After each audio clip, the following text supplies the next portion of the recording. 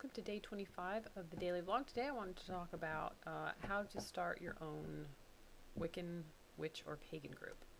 I think when a lot of people think of groups of pagans and witches, they always think coven. Are you coven or solitary? Well, there is a third option, and that is simply gathering together with other pagans of different paths and stuff to simply celebrate rituals, go in workshops, or just to get together. So that's what I'm going to be talking about. That's the option that I do. Your first step is to decide on what is your objective. What is the point of the group? Even in a coven, you have to have, like, is it a learning coven? Is it a training coven? Which generally are, and what tradition would you follow? With study groups or with the social groups, it could be anything. You can do workshops, like my group does workshops and rituals, and sometimes we just get together. We've done hikes before, I've gone out to dinner together, just had coffee. Once you find your mission statement, you want to make clear that that is what the point is. So one of the things that I did when I started my meetup, now I use meetup.com, and there is a cost. It's anywhere from, like, I think it's $12 a month, $20 if you pay monthly, and as low as $12 if you pay, I think, 6 months in advance. But there's also like Yahoo groups, or you could just do something where you put up a sign, go through a pagan store, or even a bookstore or something. Now, the first time that I started, I find I was getting things like, ghost hunters and high magicians and people who are not on the spiritual path. It was more of a practice. So you have to consider, like, are you going to allow, that kind of person in, or do you want to even keep it one tradition, or you want to have multiple traditions? So I named the group a Wiccan group, even though it's not specific for Wiccans, it is for religion. I wanted it specifically for spirituality because we were going to be practicing, doing full moon ritual as well as Sabbats. So the next step, you also want to kind of figure out where your gatherings and meetings will be. Now, one option is that you can go on the internet and do it all through the internet. There are sites like Google Hangout, and there's even a few others you can find where there's like free video conferencing, which I've done the Google Hangout, and it has up to 10 members can all get together, and you can talk and share screens and other things like that. So there is that option. Otherwise, you need to either find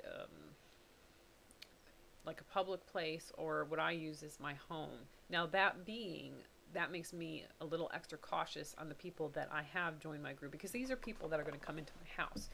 So I don't generally want people that I just don't feel right. Like, you get this vibe from them, and you're just like, okay, something's not right with this person, so that, I don't want them in my home. The next step is, of course, finding members. I find that you can go to a site called witchvox.com. Now, there's already groups posted there, and it goes by location, so you can put in a zip code, you can find local groups in your area. So I would strongly recommend that if you're going to start a group, you can post there for people who might be interested. And to kind of get the word out, you can go, if there's any pagan shops in your area or new age shops, you might want to let them know. Now, I should note here that when you start a group, sometimes it takes a while to get numbers up. But you should also consider, there's a reason why there was always that traditional 13 in a group. If you get too many people in a group, you'll end up getting splinters of groups. Like, they start breaking off into their own, like they find their own personalities and will go into smaller groups, which sometimes fracture off of your group. So you want to keep your group small. It's a good idea to also have roles, and I strongly recommend asking members their ideas, because some people want more roles than others. I am actually a very unorthodox pagan. I don't like orthodoxy. I don't like where you have to do it this way. I don't agree with that. And I make that very clear to the members when they join, and even during circles. And I know that the way I cast circle might bother other people because I'm so laid back and everything, but nothing bad has ever happened, and I think that's my point. But I do think that there should be a few general rules of conduct in any group, and that is being respectful. If there are conflicts, as the leader, you need to take the role as a mediator first, and then consider the group as a whole. Like, I've had members where they were disruptive and I removed them. You have to consider, like, if you let somebody who is causing trouble, gossip, just causing conflict with other people, letting them stay, they become a poison well and ends up it will ripple through the rest of your group, and a lot of times these are how groups implode. So make sure that you remove troublemakers. These are people who can't get along with others. They want to do things their way. You have to make sure that members understand, like, look, if you don't like the way we do things, you don't have to stay. Perfectly fine to leave. That's the beauty of a social group like this, is that you're not a coven. There aren't these, like hard and fast rules and stuff like that. There is a level of understanding you should have when it comes to an evolution of a group. And this is with all groups, not just pagan groups. What happens is people join a group for a purpose, for a reason. Then after a while, people change. And the reasons that they had when they first joined will also change. So this is the thing that I see. It happens all the time. They join a group and they've changed, and then they want the group to change with them.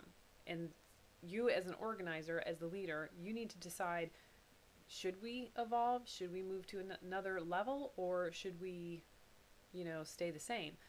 I keep my groups the same, because this is what I wanted. I wanted a certain social structure or a certain group, and that's why I started them. If somebody's not happy with that, they're welcome to start their own group. Nothing's stopping them. That's why I'm having this video. If you're not happy with the group you're in, start your own.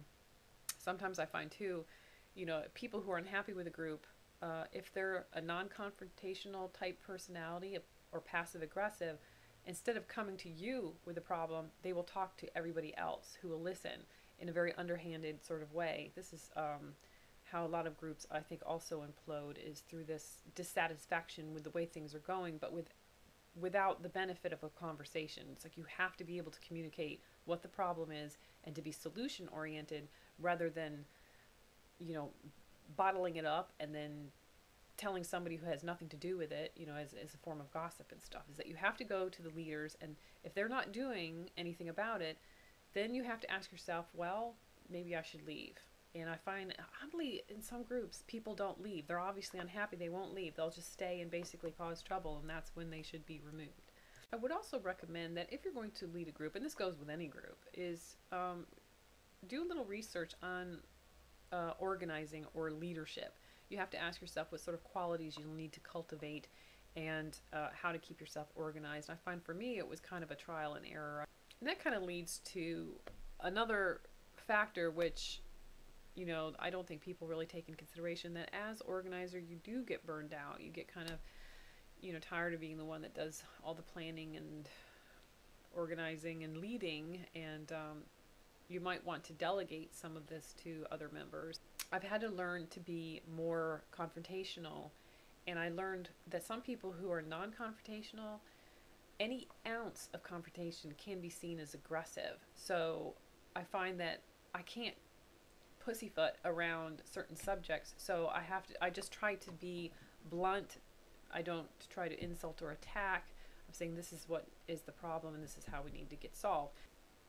Okay, so that's all I really wanted to talk about, today. If anybody has any comments or ideas or topics they want me to cover, please, post in comments.